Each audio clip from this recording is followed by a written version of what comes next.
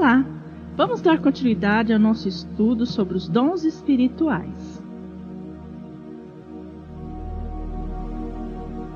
Mas antes de prosseguir, gostaria de falar um pouco sobre a palavra, a origem da palavra dom. Ela tem a mesma raiz que a palavra graça. No grego é carisma. Logo, quando você for estudar sobre dons, sobre graça, procure avaliar, analisar bem o contexto para ver realmente do que o texto está falando, para não confundir os preceitos, os princípios dessa mesma palavra colocada de formas diferentes. O tema central do nosso estudo de hoje é dom de línguas. Eu procurei fazer uma análise do que a Bíblia, o que a própria palavra nos ensina sobre isso, porque é um dom extremamente controverso, que a gente vê muita coisa errada, muito ensino errado, muita confusão, muitas manifestações que não são condizentes com o que a própria palavra ensina. Então eu busquei na própria leitura bíblica trazer esse estudo para melhor compreensão. E iniciar esse estudo, lógico que a gente vai buscar onde? Começando ali em Atos, no derramamento do Espírito Santo que aconteceu em Pentecostes. Atos 2, versículos 1 ao 3. Cumprindo-se o dia de Pentecostes, estavam todos concordemente no mesmo lugar. E de repente veio do céu um som, como que de um vento veemente e impetuoso, e encheu toda a casa em que estavam assentados. Foram vistas por eles línguas repartidas como que de fogo, as quais pousaram sobre cada um deles. E isso aconteceu quando? Para cumprir o que Jesus havia dado como orientação antes de sua ascensão. Ele se voltou para aqueles homens e disse que deveriam permanecer em Jerusalém até que do alto eles fossem revestidos do poder, que era esse derramamento do Espírito Santo. Aí em Atos, a partir do versículo 4, se relata que esse derramamento do Espírito, eles começaram a engrandecer, a louvar, a proclamar, a estarem ali, estavam felizes até e falavam em línguas para eles estranhas, mas para aqueles que ouviam, eles conseguiam entender, e eram pessoas que vinham de diversos locais, de diversos países, que estavam ali em Jerusalém para oferecer sacrifícios, e eles ficaram pasmados, porque eles ouviam esse povo, aqueles homens orando, falando na língua deles. Alguns até chegaram a pensar, esse povo tá louco, né? Tá tudo cheio de mosto. E esses que diziam isso, a gente vai ver algo interessante. Por quê? Há duas situações para analisar nessa passagem, observando não apenas os que falavam, mas os que ouviam.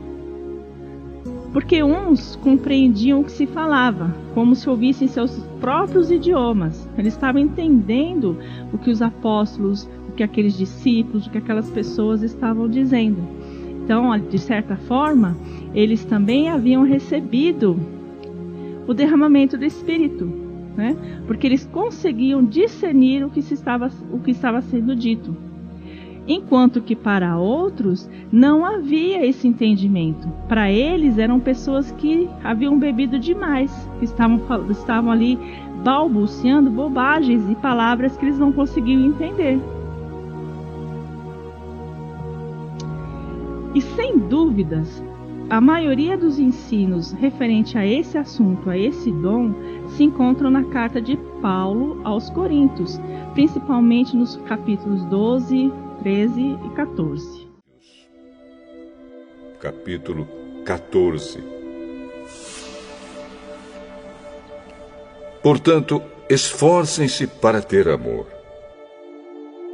Procurem também ter dons espirituais, especialmente o de anunciar a mensagem de Deus. Quem fala em línguas estranhas fala a Deus e não às pessoas, pois ninguém o entende. Pelo poder do Espírito Santo, ele diz verdades secretas. Porém, quem anuncia a mensagem de Deus fala para as pessoas, ajudando-as e dando-lhes coragem e consolo. Quem fala em línguas estranhas ajuda somente a si mesmo. Mas quem anuncia a mensagem de Deus ajuda a igreja toda. Eu gostaria que vocês todos falassem em línguas estranhas, mas gostaria ainda mais que tivessem o dom de anunciar a mensagem de Deus. Porque quem anuncia a mensagem de Deus tem mais valor do que quem fala em línguas estranhas, a não ser que esteja ali alguém que possa interpretar o que está sendo dito, para que toda a igreja seja ajudada espiritualmente. Por isso, irmãos, quando eu os visitar, que proveito vocês terão se eu lhes falar em línguas estranhas?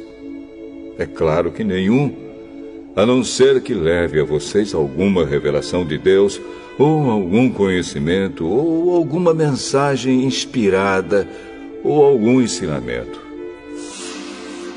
Por exemplo, além da voz humana, existem os instrumentos musicais, como a flauta e a harpa. Se os sons não saírem com toda clareza, como poderá alguém saber o que está sendo tocado em um ou outro desses instrumentos?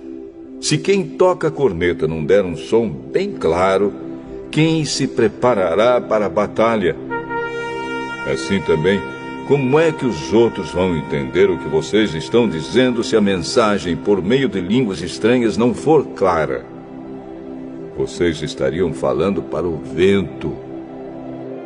No mundo há muitas línguas diferentes, mas cada uma faz sentido.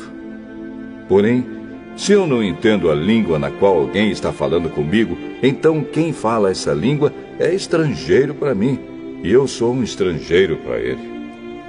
Por isso, já que vocês estão com tanta vontade de ter os dons do Espírito, procurem, acima de tudo, ter os dons que fazem com que a igreja cresça espiritualmente. Portanto, quem fala em línguas estranhas deve orar, pedindo a Deus que lhe dê o dom de interpretar o que elas querem dizer. Porque se eu orar em línguas estranhas, o meu espírito, de fato, estará orando, mas a minha inteligência não tomará parte nisso. O que vou fazer então? Vou orar com o meu espírito, mas também vou orar com a minha inteligência. Vou cantar com o meu espírito, mas também vou cantar com a minha inteligência. Se você dá graças a Deus em línguas estranhas, como é que uma pessoa simples que estiver na reunião poderá dizer amém à oração de agradecimento que você fez? Veja só, irmãos, nessa leitura há muitas orientações e muita coisa Paulo nos ensina sobre a decência, sobre a ordem, sobre estarmos atentos ao que os irmãos têm a dizer quando nos reunimos, que os dons devem se manifestar, mas tudo isso com ordem e decência, que deve haver respeito e também que devemos estar atentos para que o que vier ser manifestado em relação aos dons seja para a edificação sempre do corpo.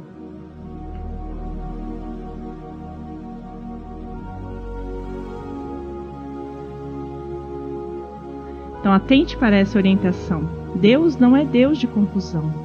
Ele é de ordem e de paz. E também Deus não é surdo, né? Não é necessário gritaria, alvoroço, um querer falar mais que o outro, bagunça, né? Devemos estar atentos para isso. Mas afinal, o que são essas novas línguas? Porque em Marcos, no capítulo 16, versículo 17, o próprio Jesus disse que os sinais haveriam de acompanhar aqueles que crescem. E ele diz que no nome dele nós expeliríamos demônios e falaríamos em novas línguas. E o que significa essa nova língua? No contexto original em grego, há duas palavras que se referem a isso, neos e kainos. Sendo que neos é novo no sentido de tempo, algo recente, que não existia antes. E kainos é novo na forma ou na qualidade, algo que já existia e eu acabei aprendendo, manifestando. Em Marcos 16:17, a palavra grega usada é kainos e não neos. Então Jesus estava prometendo aos discípulos que eles falariam línguas que já existiam e não uma língua desconhecida. O que isso quer dizer? Ele está ali já trazendo a eles que eles proclamariam o evangelho para outros povos, para outras nações. E ali quando Paulo fala também em Coríntios, de que um povo que não me conheceu anunciou, ou seja, que os judeus também vai chegar um momento em que eles também vão ouvir a respeito desse evangelho por um povo que não é deles, né? Por outras nações, por outras línguas. E nós vemos como também os judeus foram espalhados por todo o mundo e tiveram que se adaptar a outras culturas e outras línguas. Tudo isso está ligado a essa palavra que Jesus deu a eles. E quanto ao termo língua dos anjos, né, que o povo tem mania de dizer que esse dom de língua são a língua dos anjos. Ele só aparece na carta de Coríntios, no capítulo 13, versículo 1. E Paulo começa dizendo assim: ainda que eu fale a língua dos anjos. Esse ainda que eu fale não quer dizer que ele diz, não quer dizer que é a língua dos anjos. Ele está justamente falando, se ele falasse, né, a língua dos anjos, ainda que eu falasse, não está dizendo que ele o faz. Ele está apenas salientando que é mais importante do que falar a língua dos homens e dos anjos é ter o amor. Ele fala que agora permanecem, pois, a fé, a esperança e o amor. Desses três, o maior é o amor. E o que é o amor? É aquela questão do serviço, do se dedicar, do se doar, né? Não é o sentimento, mas é a ação. E observe, sempre que os anjos se comunicam com os homens, ele fala o idioma dos homens. Nós podemos ver em Abraão, quando ele recebe os anjos e ceia com eles, os anjos falando com Ló, os anjos falando ali com os pastores logo após o nascimento de Jesus, os anjos falando, o anjo, né, falando com Maria, sempre e também com o esposo de Isabel, né, eles entenderam em suas próprias línguas, os anjos não falaram em outras línguas. E aí uma pergunta que alguns fazem, porque também já foi ensinado isso errado, né? Todo novo nascido deve falar outras línguas? E há vários relatos bíblicos de pessoas que receberam o Espírito Santo, mas não falaram em línguas. Aí você pode observar lá os samaritanos, a Maria, mãe de Jesus, Estevão, João Batista e Isabel, 7 diáconos e o próprio Jesus Cristo. Até, quando ele falava, ele procurava ser simples, né? Quando ele ensinava por parábolas, por exemplo. Ele procurava trazer uma linguagem que fosse entendível e não em outras línguas. E também é o texto de Paulo, que ele pergunta assim: porventura são todos apóstolos? São todos profetas? São todos mestres? São todos operadores de milagres? Todos têm o dom de curar?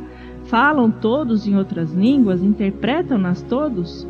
Mas procurai com zelo os maiores dons. Ou seja, ele está dizendo que nem todos terão obrigatoriamente determinados dons. Ele fala que sim, a igreja, a gente recebe dons, mas não significa que serão todos, e não é um específico. E eu posso também manifestar ao longo da minha caminhada dons diferentes. Por isso, exigir que todos os irmãos falem línguas é querer dirigir o Espírito, é ir contra a soberania, porque quem nos dá esse presente, quem distribui é o próprio Espírito Santo. E ele o faz para quê? Nós já vimos, para fortalecer, edificar, promover o crescimento. Então, ele sabe como agir e ele sabe por meio de quem ele vai agir. Não sou eu que determino isso. Então, eu dizer que você não orar em línguas, você não é um cristão espiritual, algum problema, o problema está comigo, né? E aí a outra pergunta, como assim melhores dons? Paulo ensina que devemos procurar buscar com zelo os melhores dons. E essa qualificação está ligada à base da edificação da igreja, que é aquilo que Paulo falou nessa leitura que a gente acabou de ouvir. Ele está dizendo que é necessária essa base, em que haja o entendimento, em que os conceitos estejam ali, para que os demais dons, ao se manifestar, sejam coerentes com esse princípio, com essa base.